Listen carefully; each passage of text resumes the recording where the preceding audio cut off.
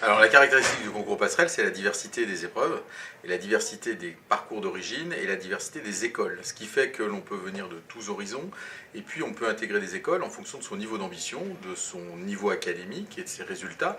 Ce qui fait que c'est difficile de donner un résultat homogène.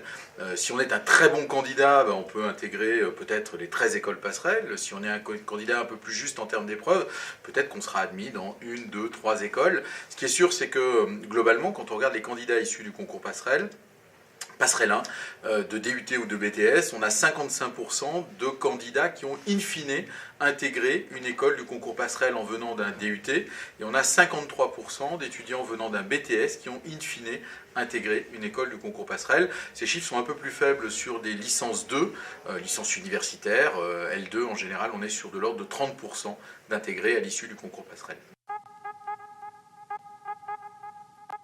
La caractéristique des bachelors, en particulier d'écoles de management, c'est qu'ils intègrent de plus en plus les écoles du concours passerelle.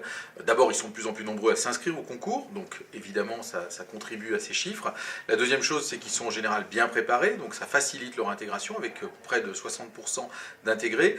Et puis cette année, on met en place des modalités spécifiques de concours avec la numérisation du concours, la possibilité de passer les épreuves à distance, qui fait que les élèves en DUETI, c'est-à-dire une année à l'international après un DUT, ou les élèves en bachelor qui souvent en dernière année de bachelor partent à l'international, vont pouvoir passer leurs écrits à l'étranger et également passer leurs oraux à l'étranger, ce qui va faciliter leur tâche qui était peut-être plus difficile les années précédentes.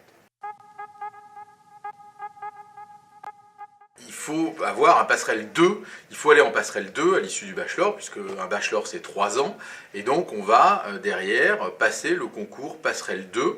On y est préparé en général, quand on est dans une école de passerelle, on est préparé au concours passerelle 2, ce qui donne un réel avantage au moment de rejoindre les écoles.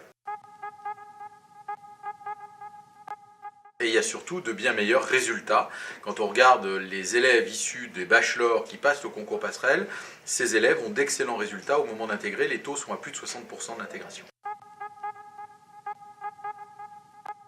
Si les DUT restent en 2 ans, ils continueront sur passerelle 1. Si les DUT basculent en totalité en 3 ans, ils basculeront sur passerelle 2, puisqu'ils auront 180 crédits ECTS et donc de fait seront aptes à passer passerelle 2 pour intégrer directement en master 1 nos écoles de passerelle.